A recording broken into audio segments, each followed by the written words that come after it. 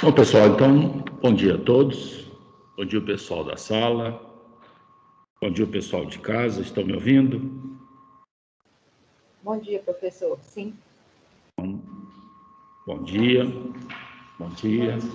Bom dia, professor. Bom dia. Vamos dar início às nossas reflexões e nós vamos avançar com a matéria na primeira parte da aula. Na segunda parte da aula, eu vou passar uma atividade para vocês, ok? Hoje eu quero dar especial atenção, um pouco mais de atenção, ao artigo 13 do Código Penal. E solicito que vocês abram, portanto, o código lá, artigo 13. Vamos lá, por favor. Lembrando que a aula é gravada e se vocês precisarem conferir essa aula, inclusive para a atividade que a gente vai fazer, basta conferi-la lá no YouTube, nosso canal. Todas as aulas estão lá, todas. E vocês vão notar também que na descrição de cada aula, nos vídeos, tem material pertinente. Eu estou mandando o respectivo material. Bom, o artigo 13, vejam aí. O artigo 13, alguém aí de casa poderia ler esse artigo para nós?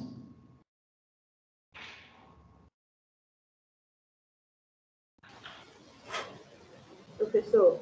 Pois não. Posso ler? Por favor. É isso aqui, ó. O resultado de que depende a existência do crime somente é imputável a quem lhe deu causa. Considera causa a ação ou omissão sem a qual o resultado não teria ocorrido. Isso, exatamente. Então vamos lá. Vamos fazer uma análise, uma abordagem dogmática desse artigo. Fazer uma abordagem dogmática quer dizer analisá-lo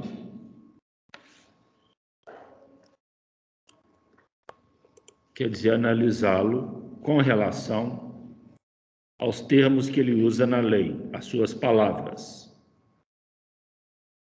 Ora, a relação de causalidade, ela é também chamada de curso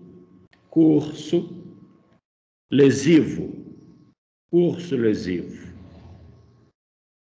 e mais comumente ainda chamado de nexo causal. Então, o artigo 13, ele tem o nome de relação de causalidade, mas ele é também chamado de curso lesivo e nexo causal. Vejam que ele fala de resultado. Nós encontramos o resultado no universo da vítima ou no universo do autor? O que me dizem? Onde está o resultado? Quem fala?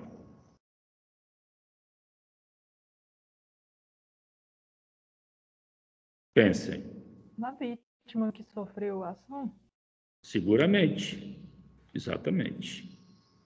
Então, o resultado, ele vai ser encontrado no universo da vítima.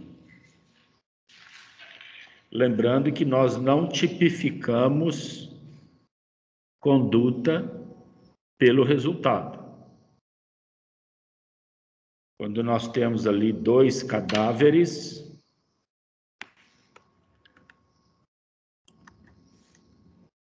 se nós temos 2 cadáveres, pelos cadáveres eu não consigo falar que um foi vítima de homicídio culposo e que o outro foi vítima de homicídio doloso.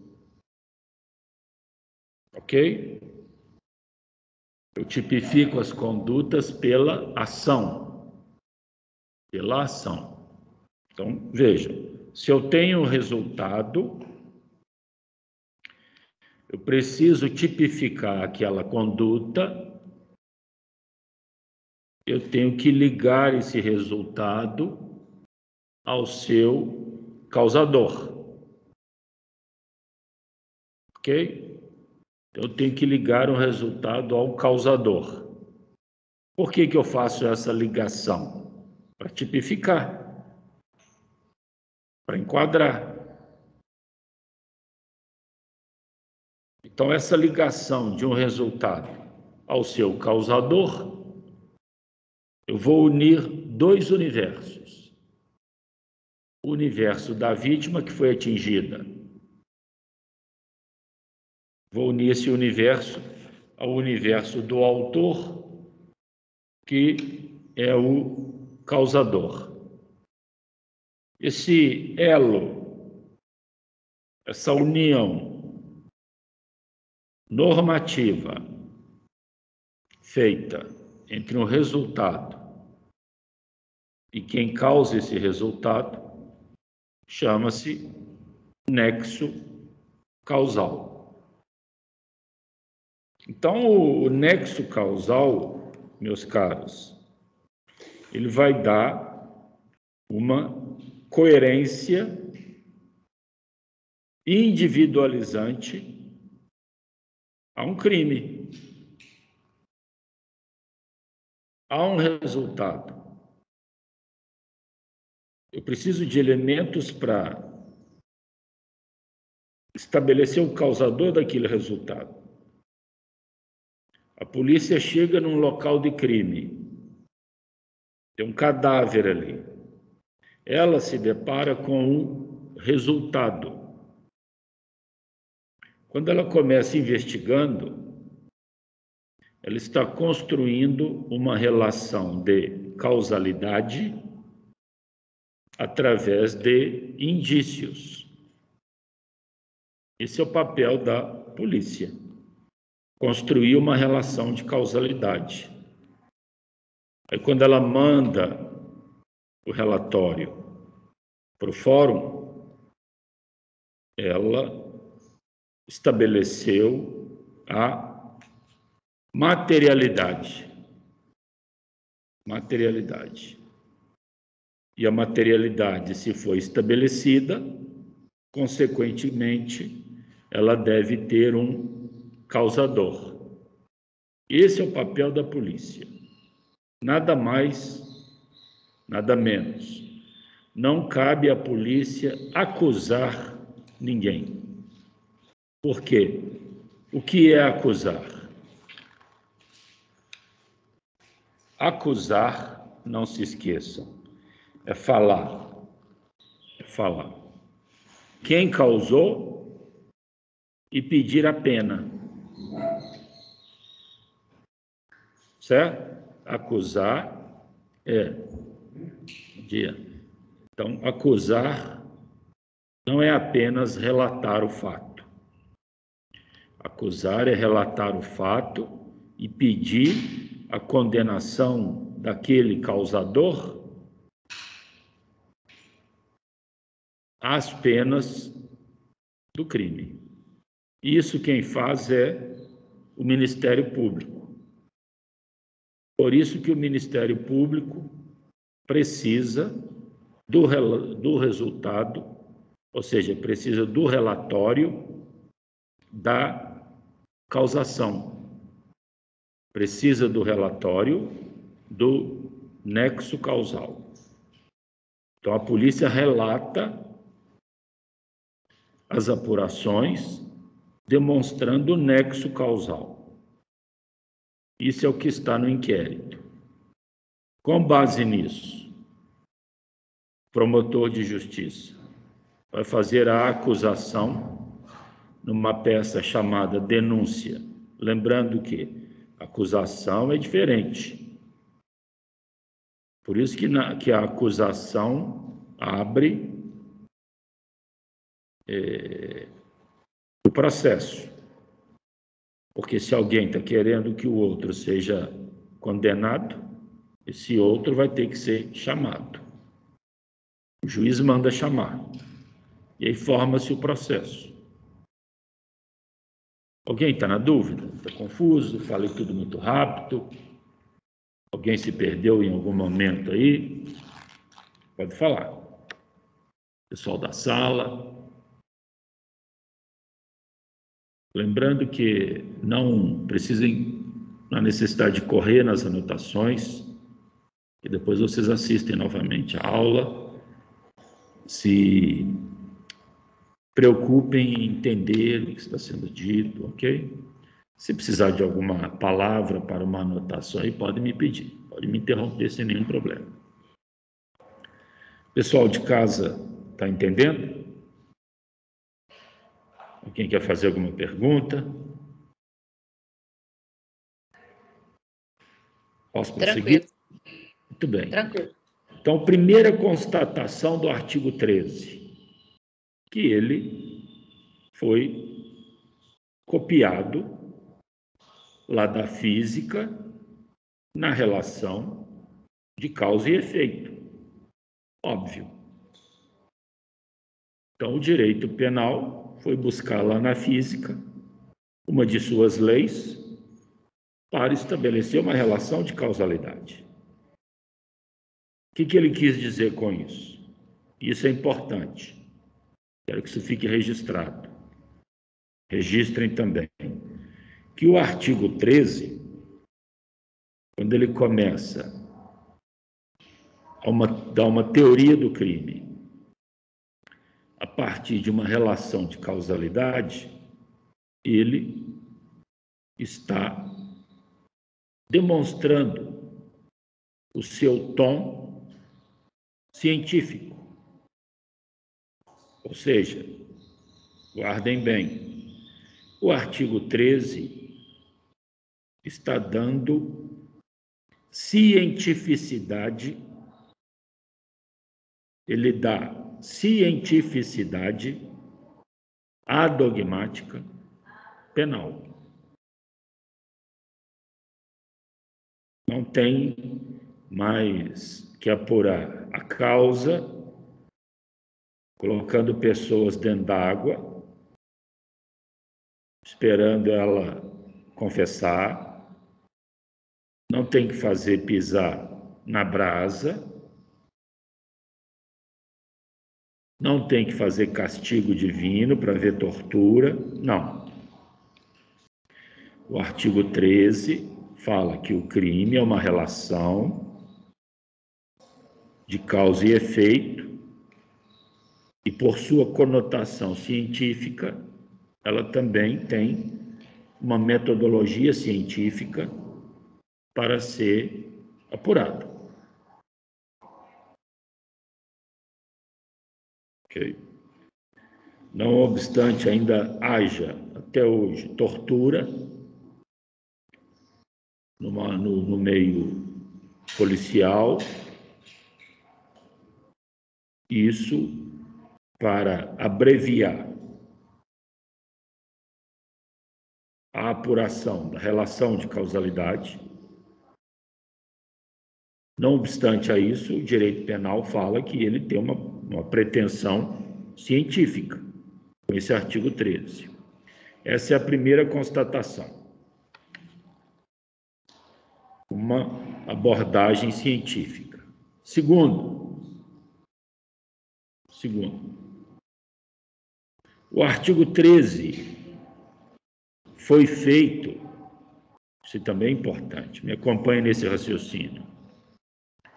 O artigo 13 foi feito para crimes de resultado. Aí vocês estão dizendo, não, mas é claro, professor. Aí eu digo, claro não. Porque nem todos os crimes possuem resultado. Por exemplo, porte de arma, porte de droga, calúnia, dirigir embriagado. São delitos sem resultado. Crime que não tem resultado não tem nexo causal.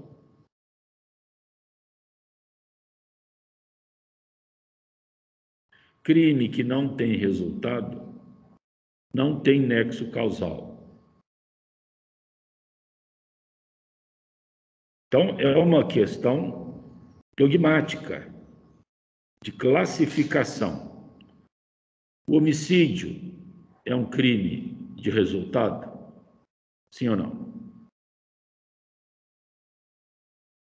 Sim. Sim. Então, ele tem nexo causal.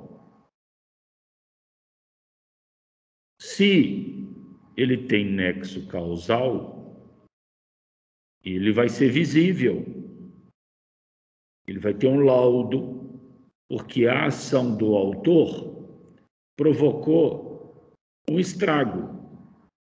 A ação do autor promoveu uma mudança na realidade das coisas. Isso é o que se chama materialidade. Todos os crimes têm materialidade? Não. Somente os crimes de resultado. É aquilo que eu falei. O sujeito está andando com 1 quilo de cocaína na pasta. É preso. Esse crime, ele não produz nenhum resultado. Então, ele não tem relação de causalidade. O que isso significa também, meus caros? E isso é importante. Quando o crime de resultado é planejado pelo autor, significa que ele vai sair do universo dele, fazendo uso da ação, para chegar até a vítima no resultado. Então, ele vai fazer uma viagem. Ele sai com sua conduta e vai até a vítima buscar um resultado. Esse percurso é o nexo causal.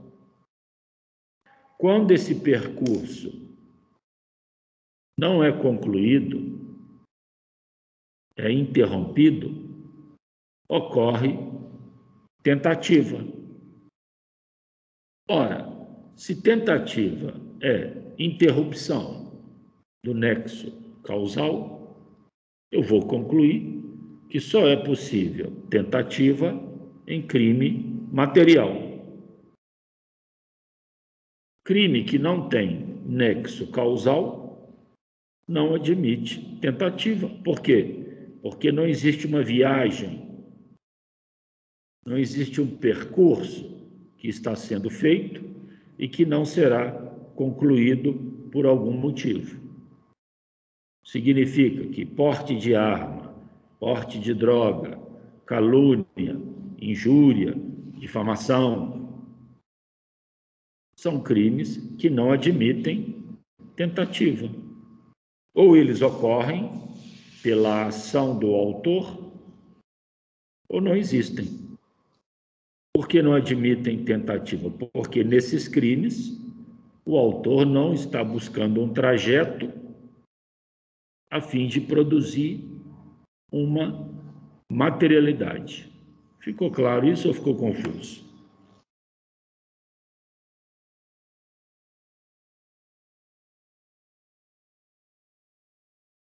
Pessoal da sala aí, alguém quer fazer alguma pergunta? Ficou confuso aí? Professor. Pois não? Bom dia. Bom dia. Mas a materialidade não pode ser psicológica, no caso de difamação, calúnia? Não há como se falar em materialidade em um dano dessa ordem. Essa materialidade a qual eu me refiro, ela tem que estar vinculada a um resultado visível.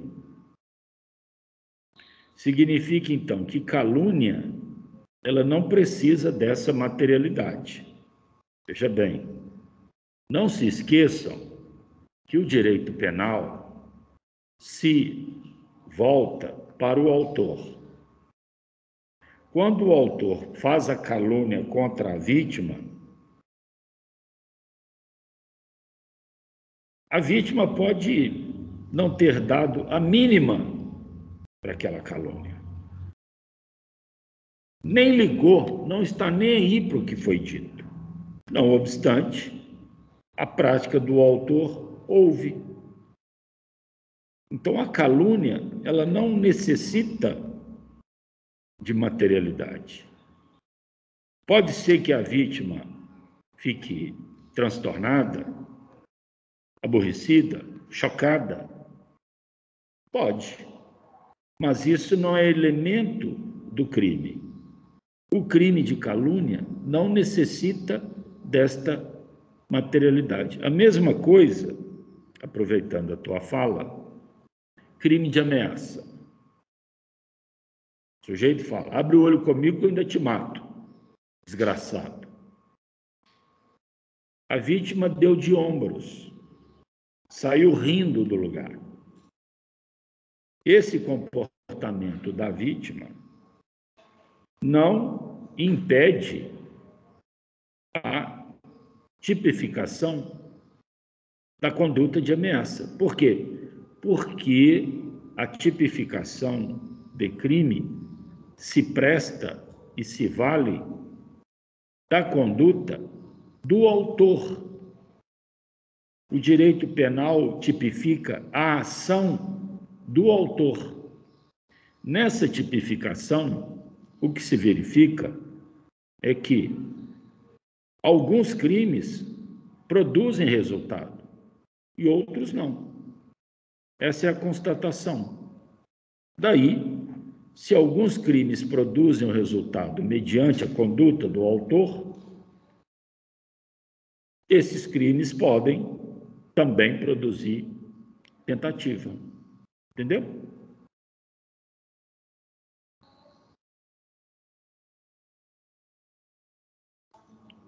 Alô?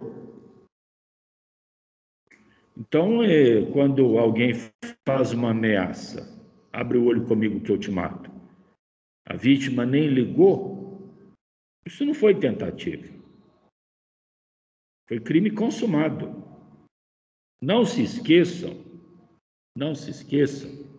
que consumação é a realização do verbo. Então, se o sujeito realizou o verbo, o crime está consumado. Portanto, tentem condicionar a materialidade à realização do verbo. Porque tem verbos que, quando o autor realiza, promove resultado. Então, o resultado não é uma aquiescência da vítima. O resultado é uma constatação de cada verbo em cada crime. Tem verbos em alguns crimes que, quando o autor vai executá-lo, produz resultado. Então, isso não depende da vítima. Ameaçar alguém produz resultado? Não. Pode produzir? Quem sabe? É isso que tira do crime a sua natureza material. Ficou claro aí? Ou ficou confuso?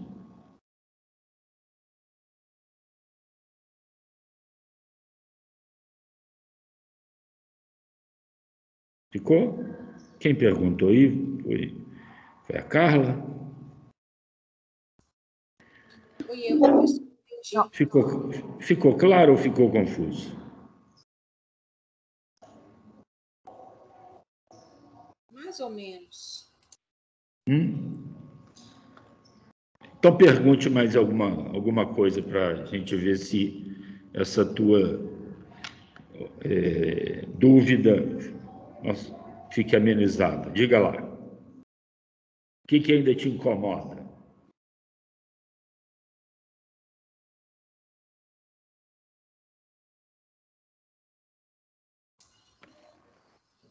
Professor, eu não consigo elaborar nenhuma pergunta agora, porque ainda está muito confuso para mim, desde o início. Então, vamos prosseguir, e se essa tua dúvida persistir, nós conversaremos mais sobre ela. Primeira coisa, o crime não é um pacto entre autor e vítima. Ok? O crime é uma decisão de uma pessoa. Isso que o direito penal fala. O crime é uma conduta. Ponto. Isso está claro. Ok? O crime é uma conduta. Está lá no artigo 1º. É uma conduta prevista na lei. Ok? Decorre desta conduta que ela é representada por um verbo. Pronto, isso também está claro. Alguns verbos, ao serem realizados pelo autor, produzem obrigatoriamente um resultado. Matar, subtrair, ok? São verbos. Lesar, a lesão corporal, são verbos que obrigatoriamente produzem um resultado lá na vítima. Ora, quando o autor escolhe um verbo para praticar, para ele ter êxito nesse verbo, ele tem que ter o resultado. Então, esse percurso em que ele imagina entre o ideal dele e a concretude na vítima, chama-se nexo causal. Então, o nexo causal, ele vai ser encontrado em condutas do autor, cujo crime que ele quer praticar tem um verbo que vai produzir resultado. Então, é uma questão do verbo escolhido pelo autor. Aquele verbo produz resultado. Não tem jeito de fazê-lo sem resultado. Há crimes que o autor resolve praticar e aquele verbo não produz resultado. Trazer consigo. O outro crime, deixar de prestar socorro. O autor não fez nada. Um crime de omissão não produz resultado. A vítima está lá morrendo, o cara não faz nada. A vítima morre. Não foi ele que matou. Ele apenas não interferiu no resultado que alguém começou com a causação. Então, essa é a questão. Existem verbos que produzem resultado imediatamente, concomitantemente à sua conclusão. Ao homicídio, se a vítima demora a morrer, entrou em coma, enquanto ela não morreu, o verbo não realizou. Para o verbo realizar, ela tem que morrer. Certo? Então, existem verbos que produzem resultado quando ele se fecha, quando ele se conclui. Existem verbos que jamais vão produzir resultado. Falei dos crimes de trazer consigo arma de fogo.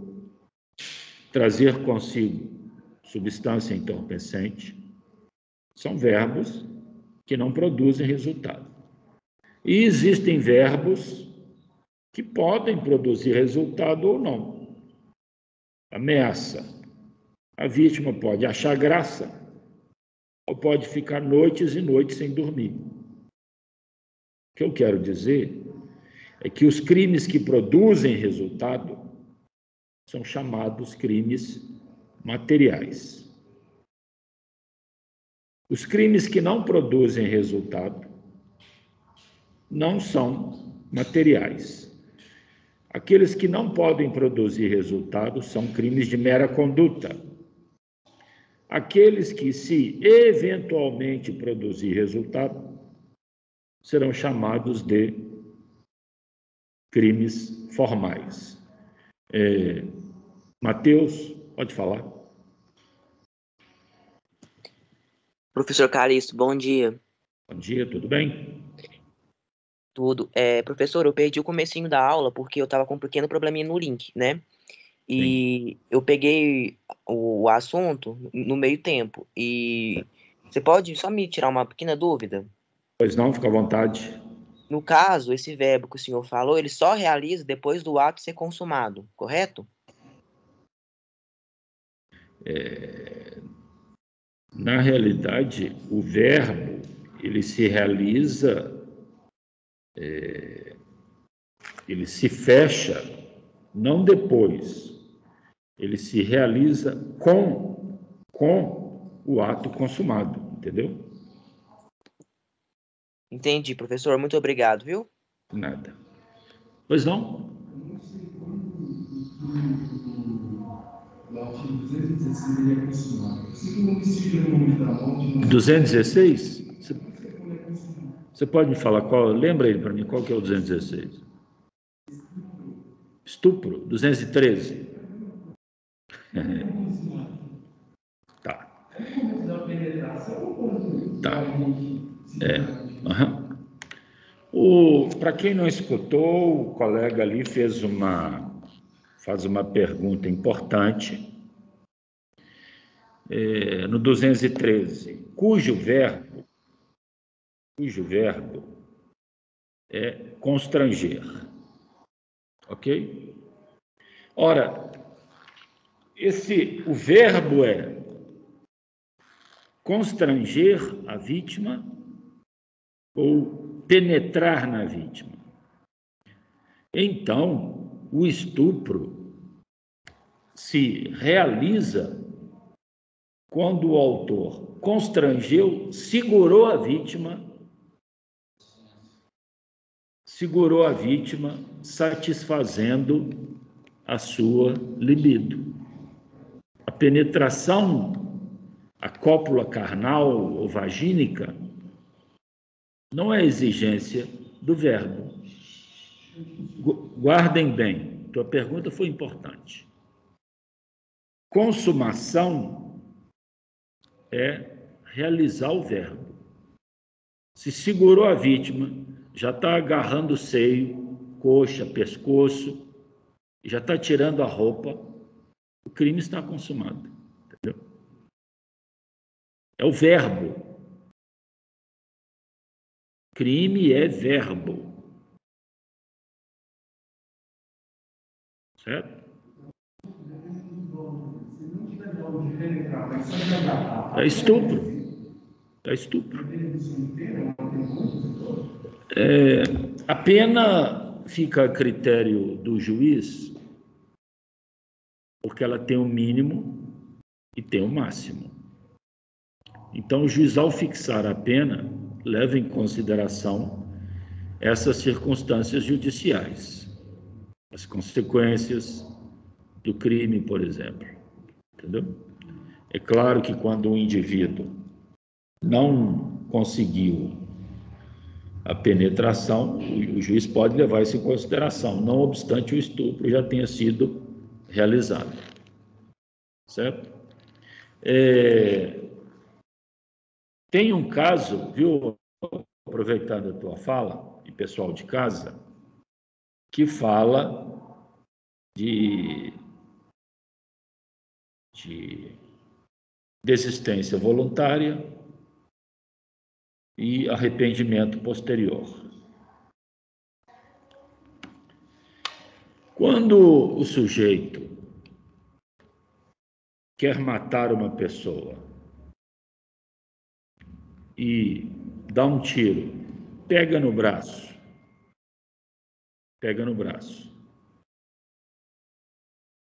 e tem a vítima à sua mercê, e ele pode até dar um tiro na cabeça agora, mas ele para. Quando ele para, isso chama desistência. Se ele dá um tiro na cabeça e a vítima está morrendo,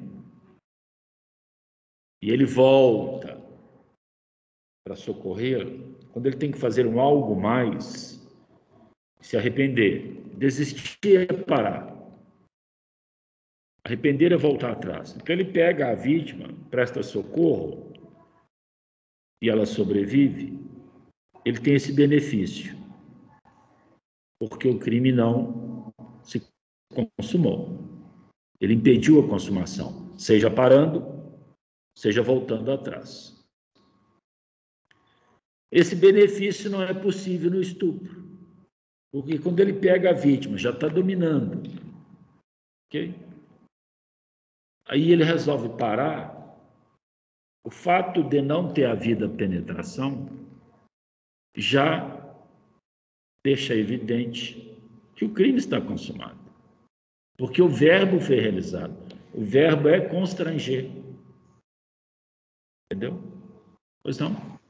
Você falou que o crime não, no caso aí do tiro, o crime não foi consumado, o crime de homicídio, né? Sim. Houve uma tentativa de homicídio, Sim. não corporal. Correto. A pessoa provavelmente vai responder por isso, não? É... Não tendo desistido. Sim. Então, a pergunta também é importante.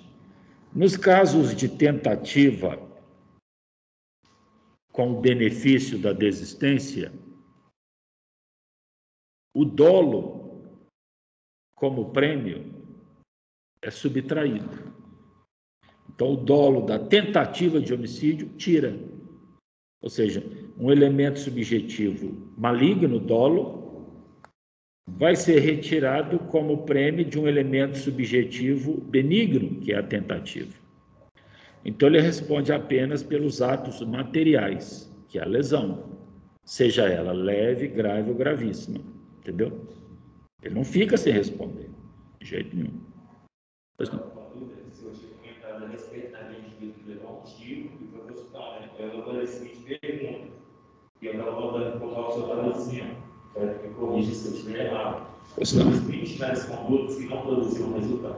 Sobre os crimes tais condutas são os que não produziram resultado. Mas caso ocorra algum resultado, se denomina crimes formais, certo? Isso. Sendo assim, o autor que praticou a ação somente responderá por seus atos quando se torne possivelmente um homicídio. Por exemplo, eu levei um tiro, fui baleado, fui para o hospital, mas ainda estou em vida. O crime que o indivíduo praticou somente será correspondido caso eu venha a morrer, porque houve uma tentativa, uma vontade, ele realizou o fato, mas ele não se compensou, se eu não morri, ele responderá por esse ato praticado. Sim. Nos crimes que admitem tentativa, eu solicito, vamos dar uma conferida no artigo 14, por favor. O pessoal de casa também, aproveitando a pergunta do colega, confira o artigo 14, que está logo abaixo aí na relação de causalidade. No item 2, tem um parágrafo aí. Pode ler, por favor.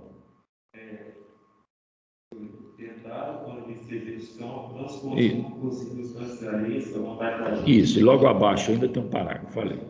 Essa disposição encontrada, como ser tentativa do agente correspondente ao bem consumado, diminuída de 1 a 2 vezes. Isso.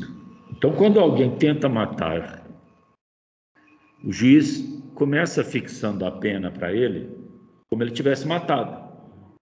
Lá no finalzinho, ele faz essa diminuição. Entendeu? Todo crime tentado, o juiz começa com a mesma pena do crime consumado. Por exemplo, homicídio, 6 a 20. Então, ele vem calculando a pena. Depois nós vamos aprender a calcular a pena. São 3 etapas. Na última etapa é que ele aplica a diminuição pela tentativa. Certo? Veja, presta atenção, e é importante em função da sua pergunta. Crime tentado e crime consumado em relação ao dolo é a mesma coisa. Não tem diferença de dolo na consumação com dolo na tentativa. A diferença dos dois não é uma diferença subjetiva. É uma diferença externa, objetiva, de resultado. Entendeu? Pessoal de casa quer fazer alguma pergunta?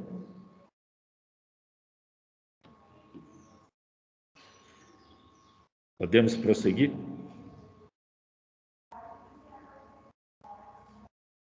Pessoal, o artigo 13, na medida em que ele foi copiado de uma das leis da física, causa e efeito, ele é um dos mais complexos do Código Penal. Atrás dessa simplicidade aí, atrás dessa bobagem aqui, resultado de que depende a existência do crime, somente é imputável. O artigo 13 é um dos mais difíceis.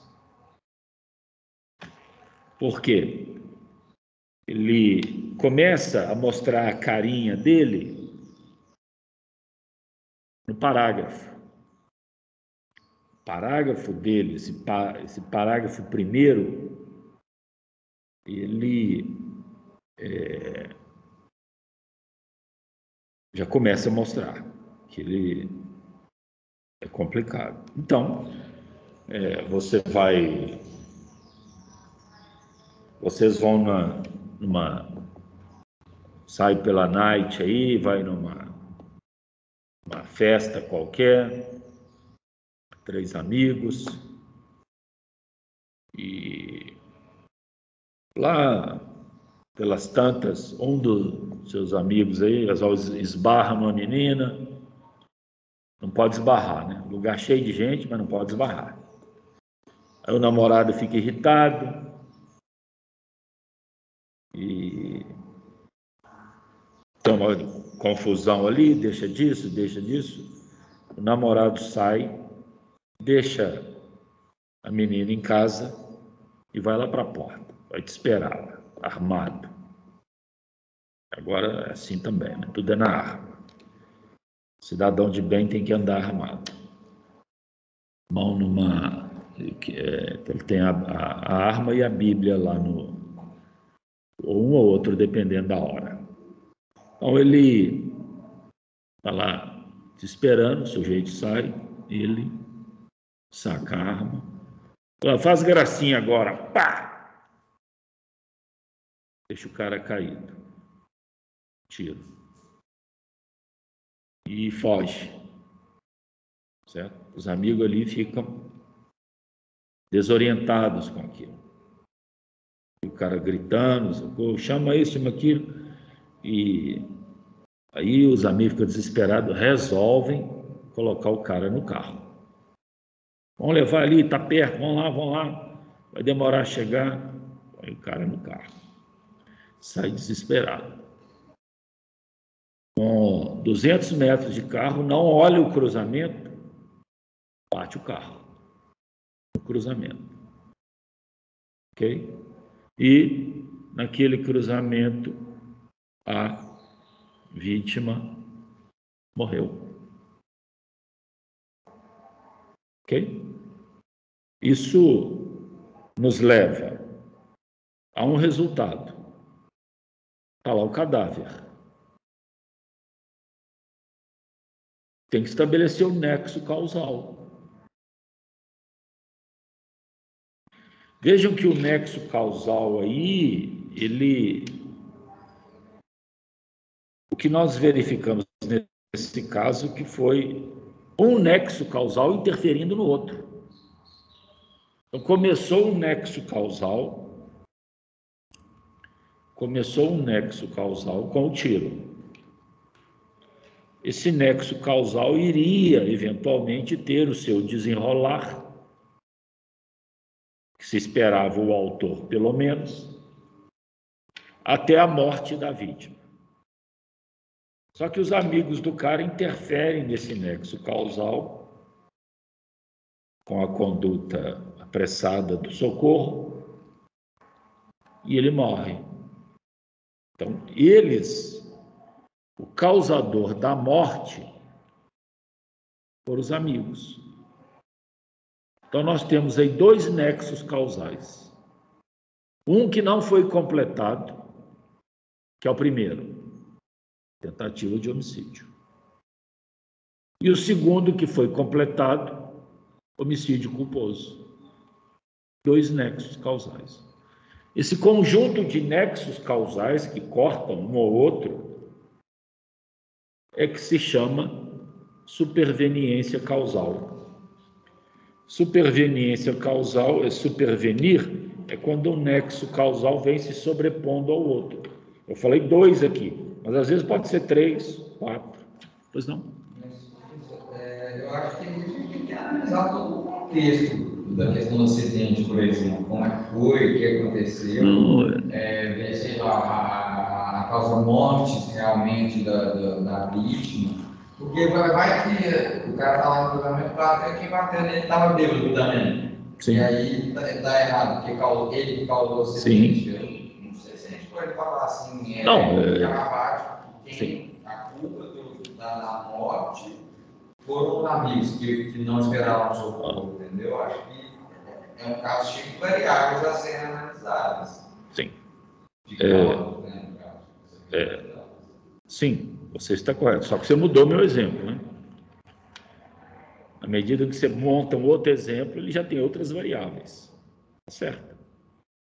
Cada exemplo tem suas variáveis. Eu dei um exemplo bem simples para deixar variáveis claras. Mas se lá no teu exemplo, o outro é que está bêbado, ele é que vai ser o causador, entendeu? Você está certo. Exatamente. Então, cada exemplo tem as suas variáveis. Eu dei esse exemplo para explicar. Agora eu posso mudar o exemplo, falando que quem matou, porque no meu exemplo que eu dei, eu fui claro, os amigos não olharam o cruzamento, né? Aí no teu exemplo, o outro estava bêbado e ele que estava errado. Então já passei o nexo causal para ele. Sob qualquer aspecto, a tua interferência foi providencial para deixar claro como a questão da superveniência causal é complexa. Mas a título de entendimento, nexo causal é quando um nexo causal é interrompido por outro. Entendeu? Esse segundo nexo causal, ele é o que vai fazer o supervenir, é o que vem depois. Então, o exemplo do colega deixou claro de como o artigo 13 começa com uma falsa inocência e depois no parágrafo ele mostra como ele é traiçoeiro. Normalmente, na superveniência causal, eu vou encontrar uma tentativa de o primeiro, porque ele foi interrompido por outro. Normalmente, na superveniência causal,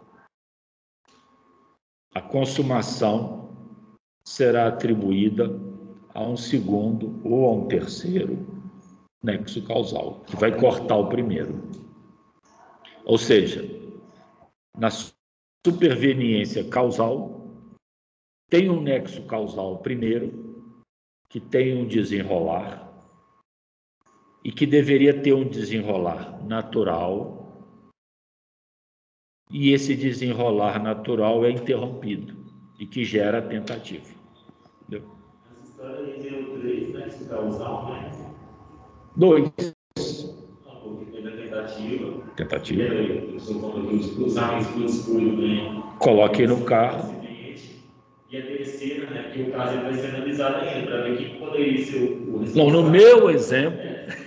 E do terceiro, do motorista. No meu exemplo, né?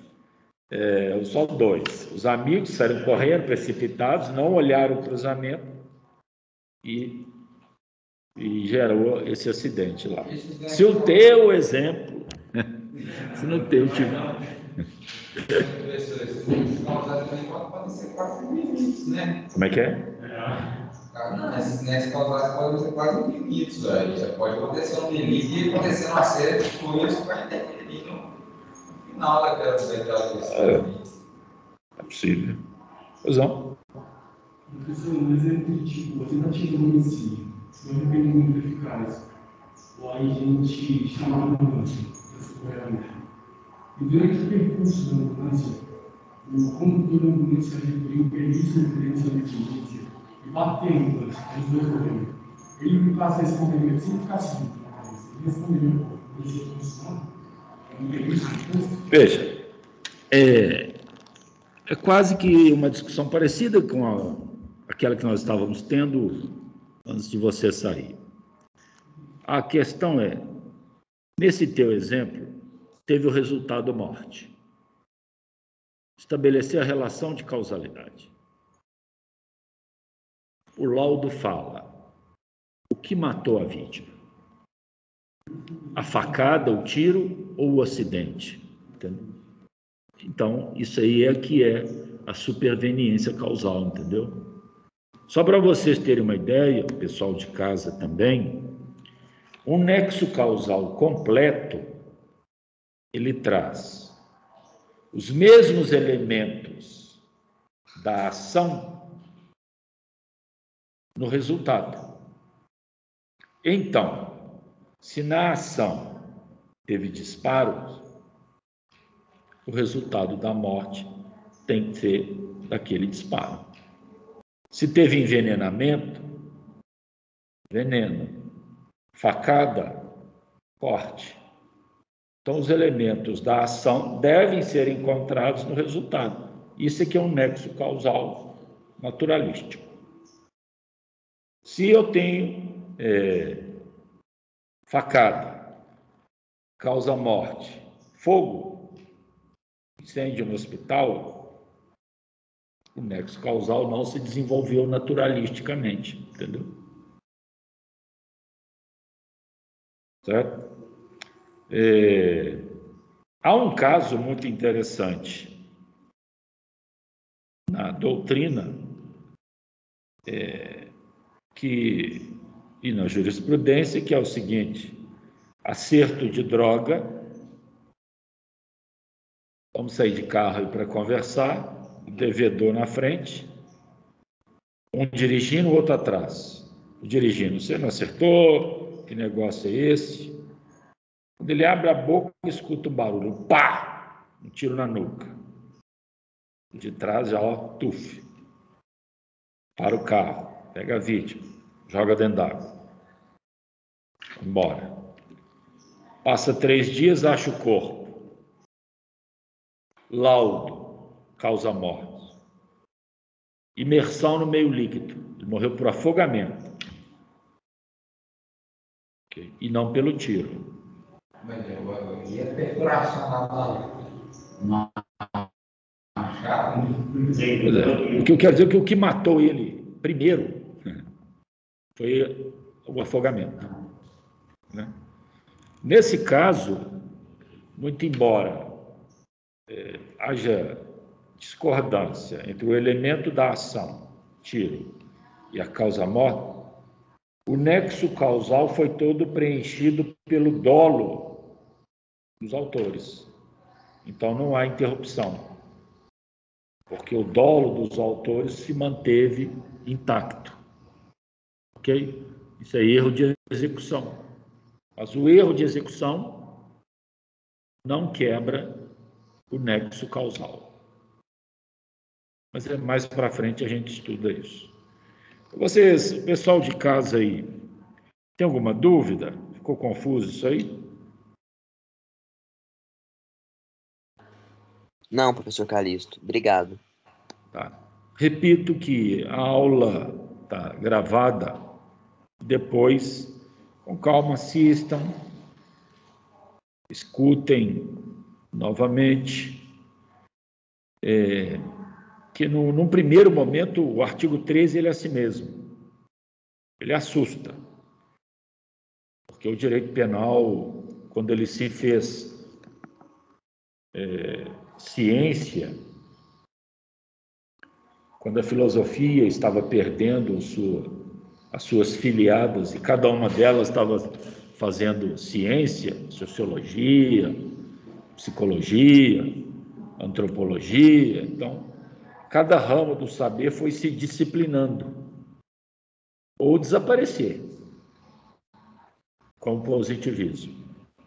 Então, o direito penal também se pegou e apegou-se a condições científicas para ele se firmar, senão ele desaparecia. Então, a primeira coisa que ele se pegou foi a relação de causalidade, porque antes de uma relação de causalidade, como se demonstrava um direito penal? Se não tivesse prova, tinha investigação? Não. Ouvir testemunha? Não. Juízo dos deuses, das ordalhas. Então, ele se mostra cientificizado a partir dessa opção, pela relação de causa e efeito transcrita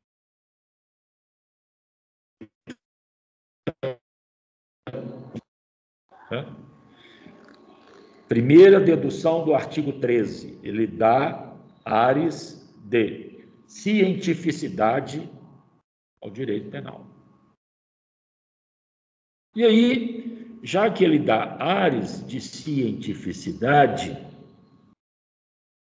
ele sofre com isso. Por quê? Veja que a segunda parte do 13, confiram aí, por favor.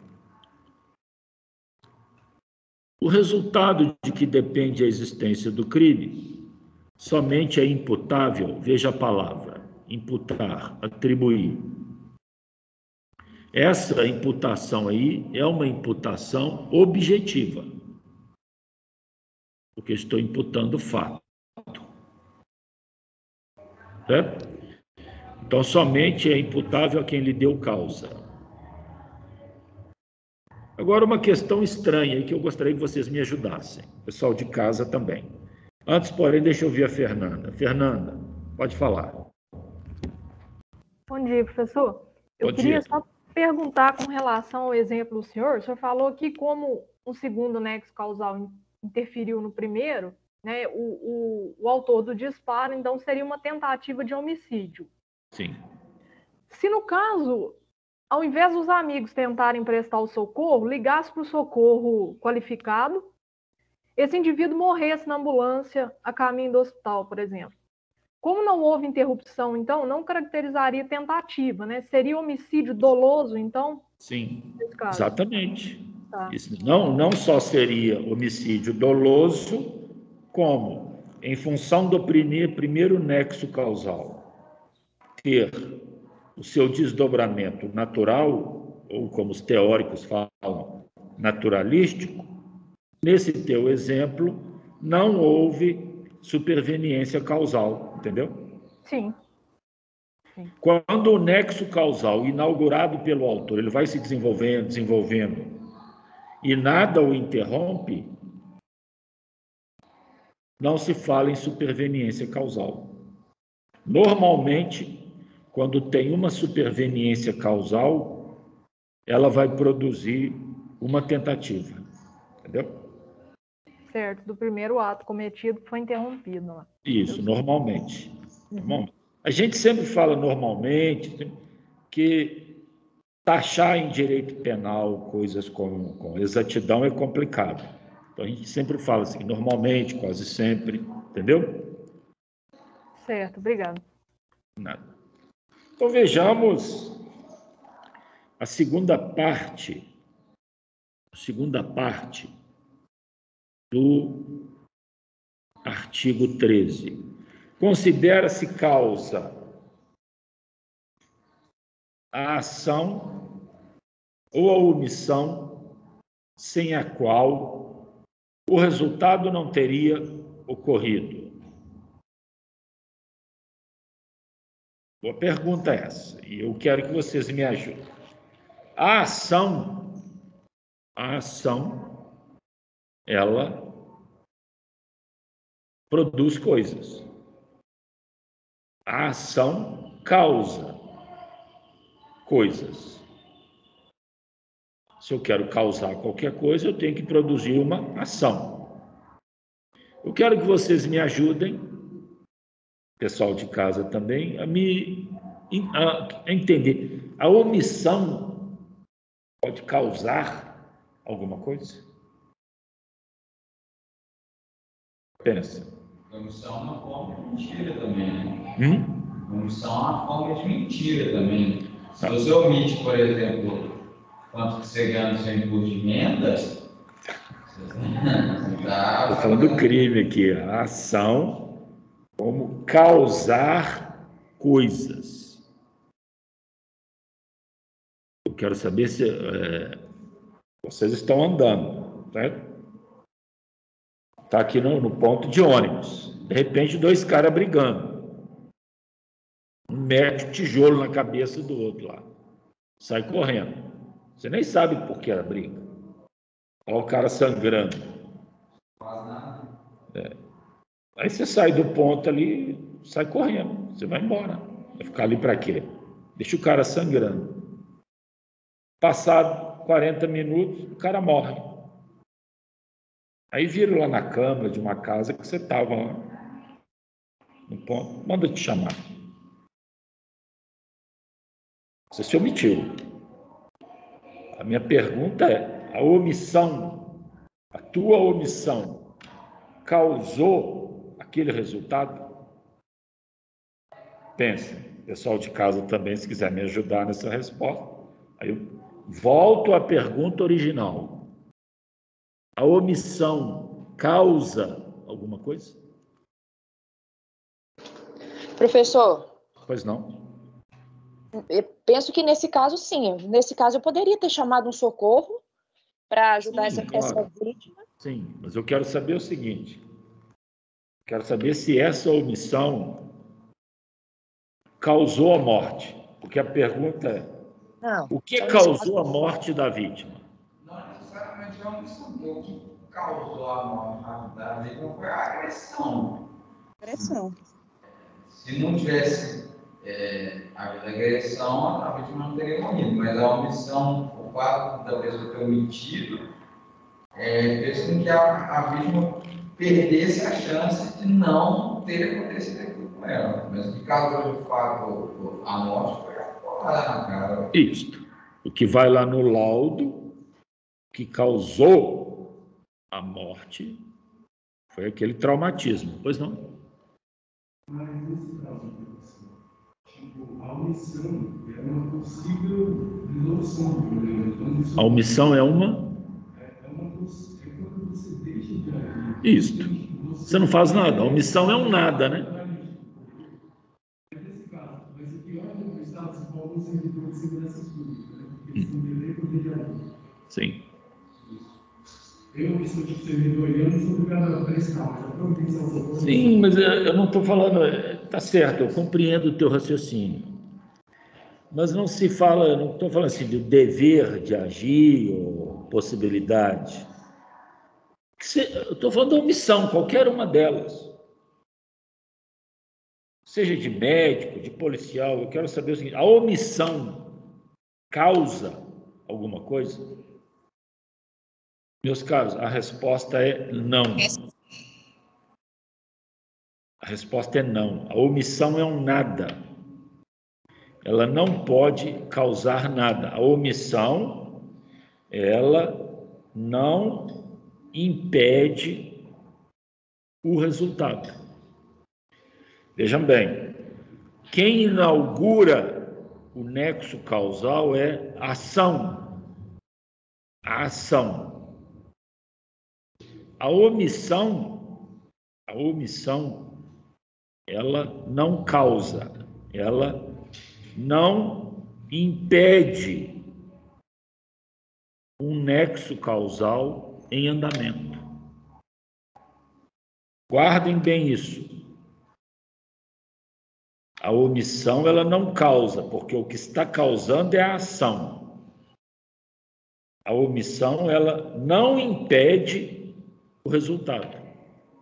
Portanto, a omissão é considerada causa, aqui no artigo, não pelas regras naturalísticas. Não pelas regras naturalísticas, mas sim por regras normativas. A omissão, quando eu chamo a omissão de causa, eu não estou usando um discurso naturalístico, físico. Eu estou chamando ela de causa por um discurso normativo, porque o direito quis equipará-la à causa. E o direito faz isso. Então, guardem bem, naturalisticamente falando, fisicamente falando, a omissão é inércia. A omissão é um nada. Então, ela não causa. A omissão não impede o resultado. Então, ela é considerada causa normativa e não causa naturalística. Importante entender isso. Quando o direito penal está punindo alguém por omissão, ele está punindo alguém que não fez nada. Isto, para evitar o resultado, exatamente. Então, quem se omite está sendo punido não porque causou, mas porque não evitou. Isso na hora da pena dar uma aliviada? Não. Tem casos aqui embaixo que até piora. Porque a omissão, tipo assim, é tão grave que... Sim. Veja, eu não estou falando da gravidade, porque tem casos que essa omissão até piora. Eu estou falando que, tecnicamente, a omissão não pode causar. A omissão é não evitar as coisas. Pois não. O que é omissão? O que é? O que é omissão? Omissão? Omissão é inércia. É um nada. É você nada fazer para evitar um resultado. Então, veja. Você tá sentada aí. Ela está sentada, eu estou sentado. Não existe omissão da nossa parte. A omissão ela é constatada a partir de um nexo causal em andamento. Ela cai ali. Bate com a cabeça, começa a sangrar. Nós continuamos na nossa inércia. Aí já existe a omissão. Então, a omissão não é só o nada. A omissão é um nada diante de um nexo causal em andamento. Entendeu? O que é a intensidade do dolo? Intensidade do dolo. A intensidade do dolo, ela é dividida em 2 estágios normalmente. Tem um dolo de autor e tem um dolo de partícipe. Ok? O autor é quem controla o verbo, entra dentro do verbo. O carro de corrida, quem está lá pilotando é o autor. Quem está do lado de fora, aí o carro para no pit stop. Então, quem vai lá, tira pneu, levanta, são partícipes. Então, partícipe do crime não é quem está dentro do verbo, porque não dirige o verbo, não manda no verbo, não decide nada no verbo.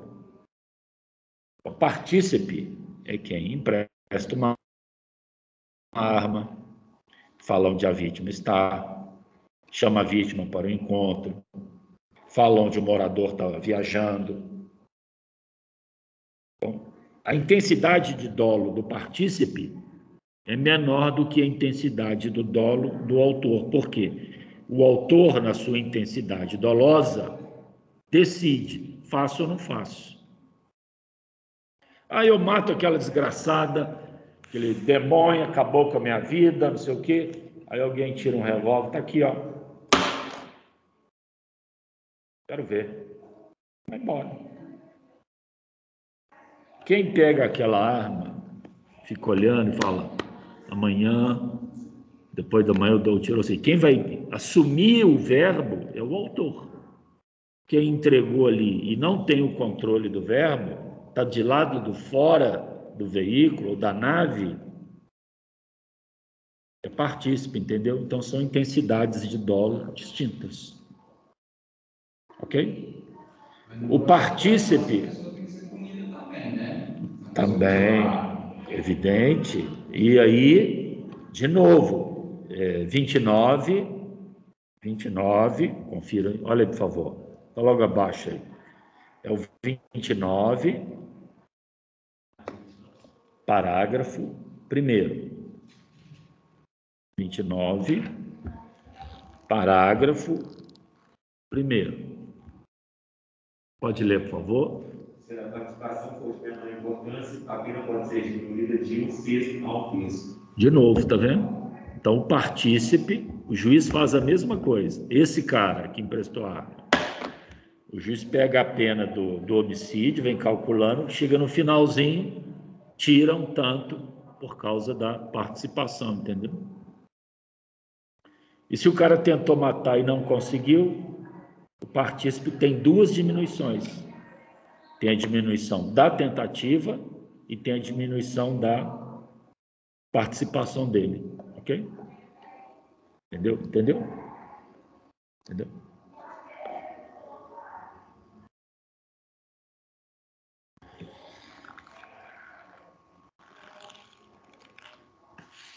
Bom, então, o artigo 14, então, ele vem logo em seguida ao 13 para deixar claro o que é a consumação, que é o chamado summatum opus. A consumação, meus caros, não se esqueçam, ligada ao verbo. Consumar é realizar verbo, é o summatum opus. Quem não consegue realizar verbo, tem essa dificuldade, é porque tentou praticar crime material. Ele tentou atingir a vítima e não conseguiu. Quem não precisa de vítima, quem quer praticar crime de conduta, não tem essa preocupação, porque a consumação se dá sem que ele tenha que atingir o universo da vítima. Então, quem vai ameaçar alguém, não tem essa preocupação, é olhar para a pessoa e pronto, acabou. Certo? Então, a consumação nos crimes materiais, ela é mais complexa, porque o autor vai trabalhar com dois universos, o dele e o da vítima. Nesse espaço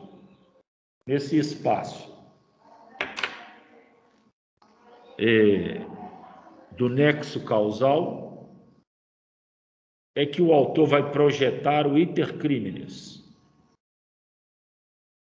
Cogitação, preparação, que são as fases psicológicas,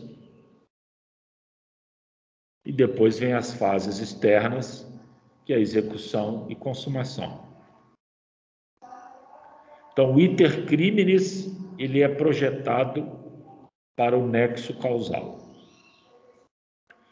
O iter criminis existe dentro da vítima, dentro do autor, que até então o direito penal não quer nem saber. Se alguém aqui está pensando em matar, roubar, isso é problema seus. Cogitação e preparação faz parte do iter criminis, mas o direito penal não liga para essa fase psicológica. Ele só vai precisar dela na execução, porque ele vai ter que chamar essa execução de dolosa ou não. Então, aquilo que estava dentro e ele não precisava, ele vai precisar quando tiver a execução, porque aquela execução vai ter que ser chamada ou de dolosa ou de culposa, entendeu? Pessoal de casa, entendeu? Pois não? Sim, professor Calixto. Obrigado. Ok. Pois não?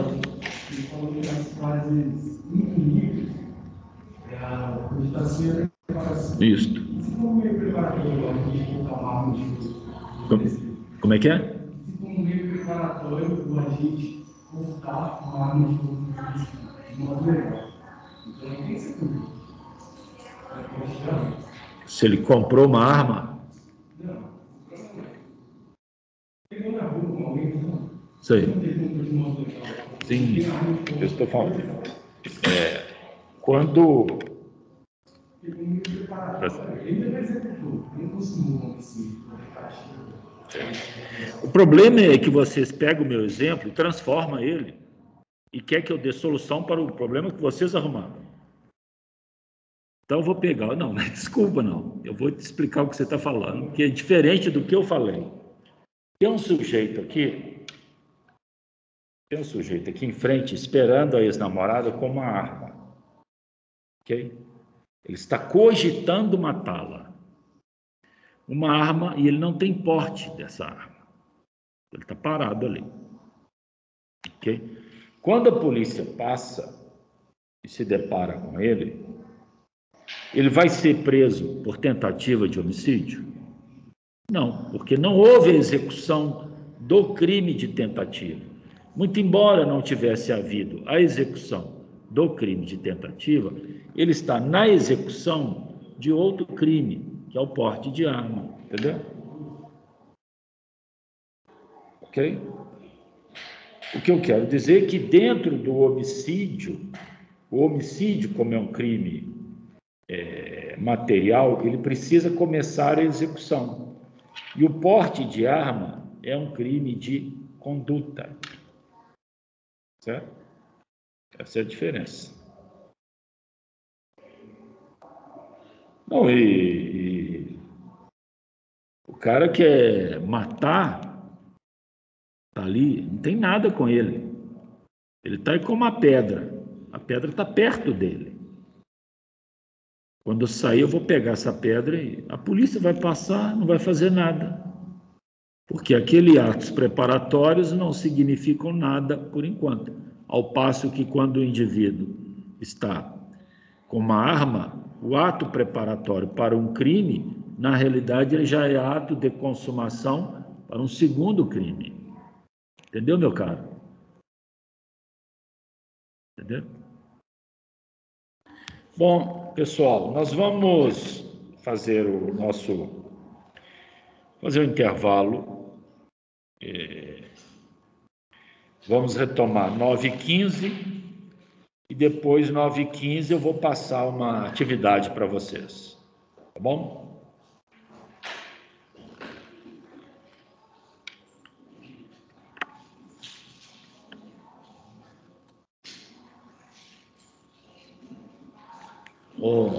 Não precisa pedir desculpa, não. Você já começou a andar as noções parciais? Já estou fazendo parcial, vou fazer daqui a pouco. Depois do recreio a gente vai fazer. Ok?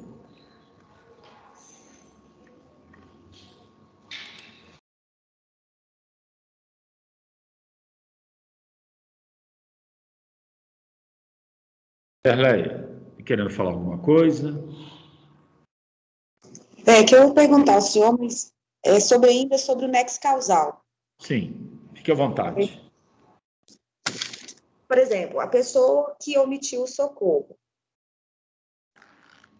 Se aquela pessoa... Aí a pessoa veio o socorro, pegou aquela pessoa, levou ela, só que ela morreu. E foi confirmado no laudo que aquela pessoa morreu por falta por omissão de socorro. Isso não seria configurado um crime? Ou não? Veja bem. Não tem nenhum laudo que atesta como causa uma omissão. Não tem jeito, porque se a pessoa está sangrando ali por algum motivo e ninguém ajuda aquela pessoa, o laudo vai falar que o que matou aquela pessoa foi o sangramento e não a omissão.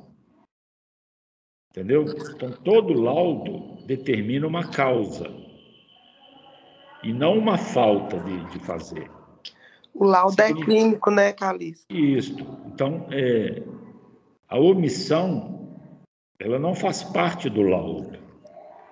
Muito pelo contrário, a omissão é punida porque ela não evitou que aquilo que está no laudo fosse realizado. Entendeu? Entendi. Agora eu entendi. Então, prestem bem atenção. A ação causa o resultado, porque a ação é fazer. A omissão é o não fazer. Então, o não fazer não causa nada. A omissão, ela não impede o resultado, que já está em andamento. Então, enquanto na ação o autor é punido porque causou, na omissão o autor é punido porque não evitou o resultado, ok? Agora eu entendi, que eu estava meio confusa nessa questão. Obrigada. A confusão é assim mesmo. Esse artigo 13 é meio chato. Viviane. Então, vamos supor, teve um crime. E aí, na execução, esse crime vai ser diagnosticado se ele é culposo ou doloso, né? Essa contabilidade de pena tem muita diferença do crime doloso para o crime culposo, ou é muito pouca a diferença? No Brasil, a diferença é gritante. Gritante. Então, veja o homicídio. O homicídio doloso, cuja pena é 6 a 20.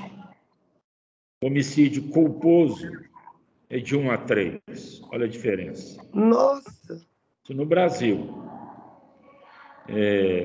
Nos Estados Unidos, a diferença já não é tão gritante assim. Por quê? Porque existem países que dão mais importância ao resultado. A morte, morreu. Não existe diferença de cadáver doloso e culposo, concorda? Entendi. Porque muitas das vezes também o sujeito, vamos supor, bebeu, aí atropelou uma pessoa, aí ele consegue um advogado que vai ajudar ele ali, ele vai no culposo, né? Ele vai pagar um culposo. Mas, na verdade, ele teve algumas culpas caracterizadas por ele que o advogado dele, se for muito bom, vai tentar julgar nele um culposo. Mas no final, na verdade, a intenção dele não foi matar. Mas o que levou ele a matar foi uma irresponsabilidade dele. E, então, essa diferença é muito gritante mesmo, na minha opinião. O Brasil dá muita importância ao dolo. Ok? Entendi. Veja você, aproveitando a tua fala. O sujeito dá 5 tiros numa pessoa. 5. 5. Não acerta nenhum. Nenhum. A vítima não sofre nenhum arranhão. Está lá inteira. Inteirinha. Esse autor não vai responder por crime de tentativa de homicídio? Vai. E não vai ficar naquela pena de 6 a 20? Vai, porque ele teve intenção, né? Isso. Teve dolo. E a vítima lá intacta. E aí, veja, por outro lado, num crime que está lá o cadáver está com o crânio esmagado, atropelamento culposo, por imprudência. Ou seja, aquele cadáver, crânio esmagado, sangue para tudo quanto é lado, o autor vai responder por um crime culposo no trânsito, cuja pena é de 2 a 4 anos, entendeu? A diferença muito... Isso. Então, ou por bem ou por mal, na nossa legislação, o resultado tem uma importância bem menor do que o dolo do autor, entendeu? Entendi, sim. Obrigada. Nada. Se alguém quiser fazer mais alguma pergunta, estou às ordens.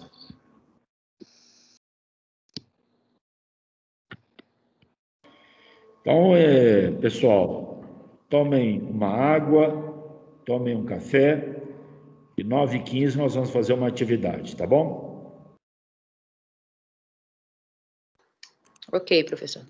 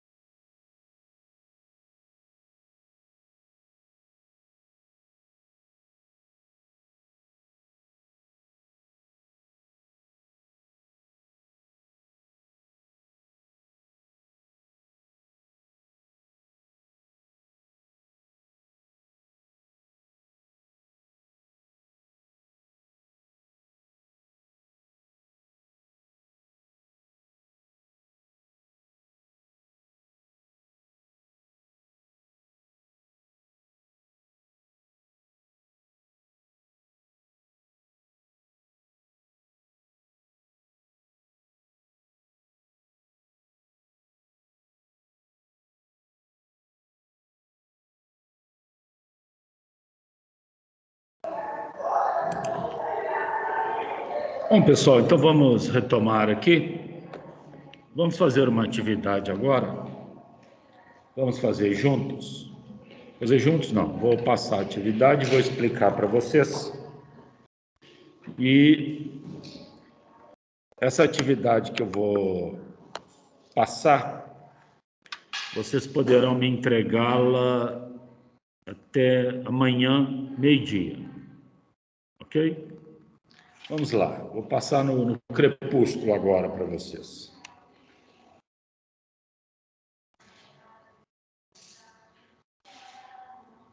Então acompanhem aí. Abram o crepúsculo.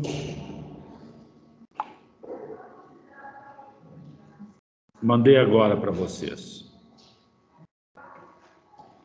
Conferiram aí? Abriram? Abriu?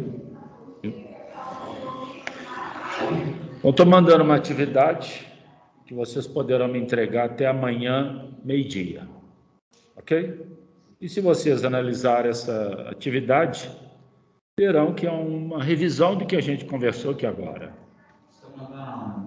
O crepúsculo. Coloca o colega aí. Vamos conferir as atividades. O pessoal de casa conseguiu abrir aí? Sim, professor. Sim. Consegui, professor. Vamos lá, são 3 questões. Sim, professor. Veja. Primeira, veja. O artigo 13 do Código Penal se aplica a todos os crimes?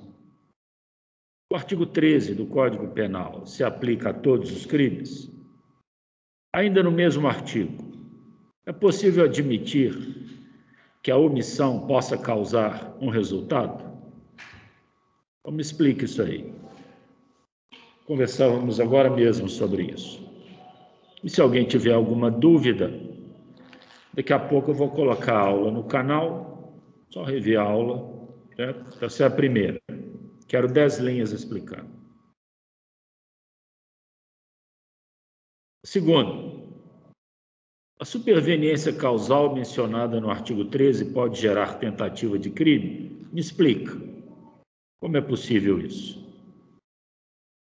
E a terceira questão, todo crime admite tentativa? Qual a consequência da tentativa na pena de um crime? Fundamentar de acordo com o Código Penal. Então, vejam que é uma atividade revisional. Vocês poderão me entregar amanhã, meio-dia. Hein? Não, o próprio link aí já manda devolver, por ele mesmo.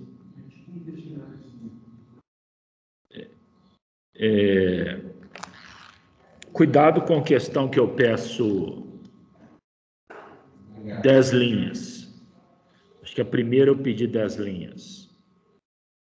E cuidado com a questão que parece simples.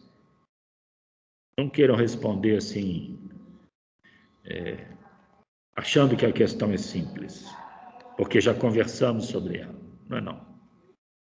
Concentrem-se, podem consultar qualquer coisa, mas evidentemente que revejam a aula, por favor, revejam. Tenho certeza que a maioria vai fechar essa atividade aí. Ela só exige um pouco de cautela e atenção, tá bom? Pois não, Viviane. É bom lembrar que quando eu fazia História do Direito, eu fui responder pelo celular e aí eu perdi metade dos pontos, porque o celular fica menos linha, né? Exatamente. Muito bem lembrado, obrigado. Então, conforme a colega já nos ajudou, cuidado com o celular. Quando ele acha que é 10 linhas, ali é 4, 5 no máximo. Então, respondam com calma. Tenho certeza que a maioria vai fechar isso aí. Mas é o que eu peço. Concentração. Qual o objetivo dessa atividade? Memorizar. Entendeu? Compreender. Então, façam com calma. Até amanhã, meio-dia. Vamos começar a fazer agora. Agora. Eu quero fazer na biblioteca? Pode. Eu quero fazer na minha casa? Pode. Pessoal aí de casa, começa a fazer. Eu vou sair da sala para me dedicar e já fazer? Pode. Estamos por conta. Ok? Então fiquem à vontade. Você pode fazer agora aqui, pode fazer agora na biblioteca, pode fazer na sua casa, mas eu quero que se dedique. Tá bom? Sem problema. Tem um colega que também é o Alfonso, falou muito bem de você. Quem? Chama Igor. Igor. Então, um abraço. Tá bom. Um abraço. Ô, Calixto. Pois não? Então, tá nas 3 últimas aulas suas ou só em base dessa última aula aqui? Não, essa nossa matéria, ela se interliga. Mas... Tá bom. Mas 90% disso aí, dessa matéria, está na aula de hoje. Que bom. E daqui a pouco eu vou colocá-la lá no YouTube. Se você quiser, você pode fazer o seguinte: você vai rascunhando da maneira que você entendeu, rascunha. Depois você vai na aula lá no YouTube, confere, vai conferindo e manda as questões, entendeu? Tudo tá. Hoje já tem a base, então tá na aula de hoje. Tá isso, bom, então. Isso. A aula de hoje é 90% dessa atividade.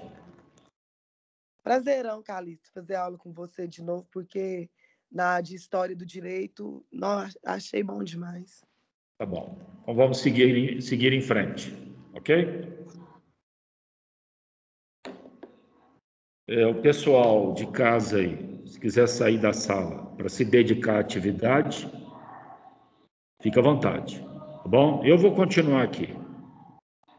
Estarei aqui até no horário de 10h30. Então, se quiserem me perguntar coisas formais, dúvidas, podem perguntar, que não envolvam a resposta, evidentemente. Mas eu estarei aqui. Então, vamos lá fazer a atividade.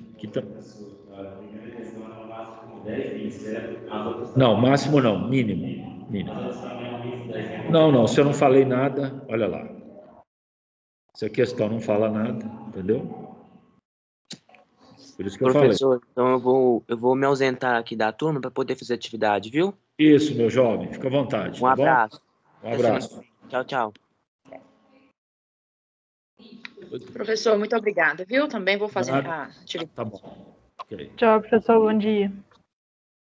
Ok. Quem for saindo e for se dedicar, bom fim de semana para todos. Explica de novo o que é crime comissível por omissão. Explico. Não cheguei lá ainda. Não faz parte da atividade. Você adiantou, mas eu vou te explicar. É o seguinte. Você é mãe. Não, estou numa hipótese. Vamos supor que você seja mãe. Entendeu? E o pai do teu filho te abandonou. E você resolve se vingar dele. Você deixa a criança sem alimento. Só para vê-la sofrer e ver o pai sofrer também. Eu sei que você não seria capaz disso, é uma hipótese. Um minutinho. Entendeu? Então, e a criança vai ficando sem comer e morre. Para você ter o prazer de falar isso com o pai dele. Você se omitiu, porque você não foi lá e estrangulou a criança. Você não fez nada. Foi um crime omissivo. Certo? Ok? Omissivo. Só que, ao invés de você responder por omissão, omissão de socorro naquela criança, o fato de você ser mãe, e existem 3 situações em que as pessoas têm obrigação de fazer, o fato de você ser mãe vai fazer com que você responda por homicídio.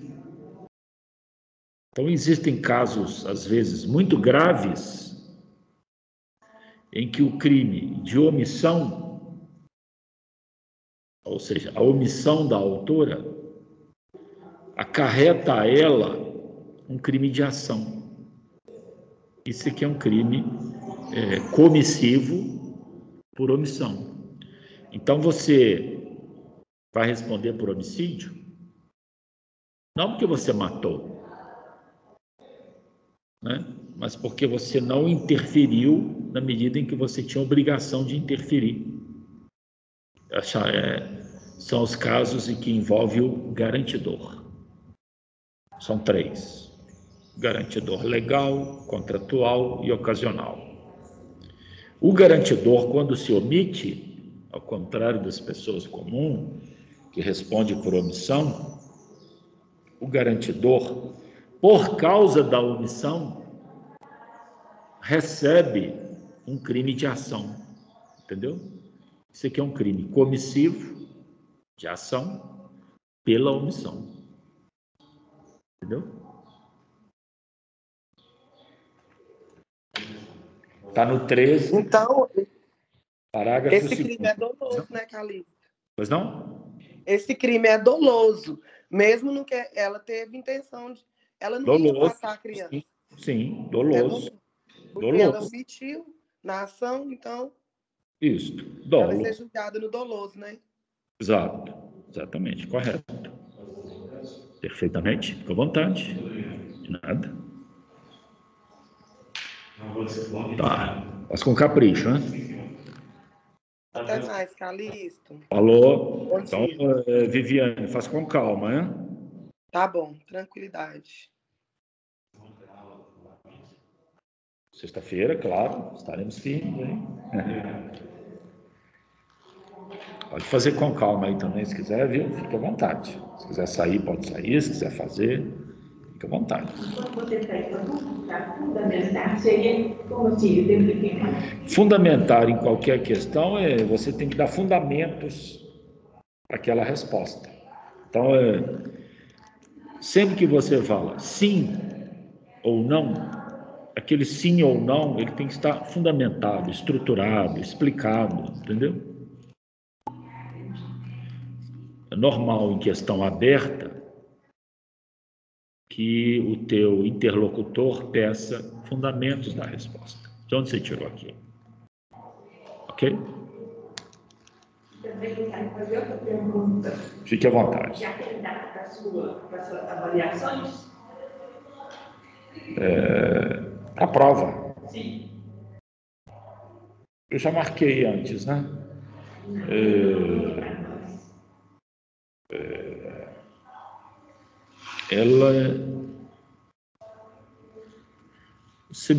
Depois você me cobra, porque bem no final de setembro, ok? De cabeça eu não estou guardando aqui, não. Mas no final de setembro, ok?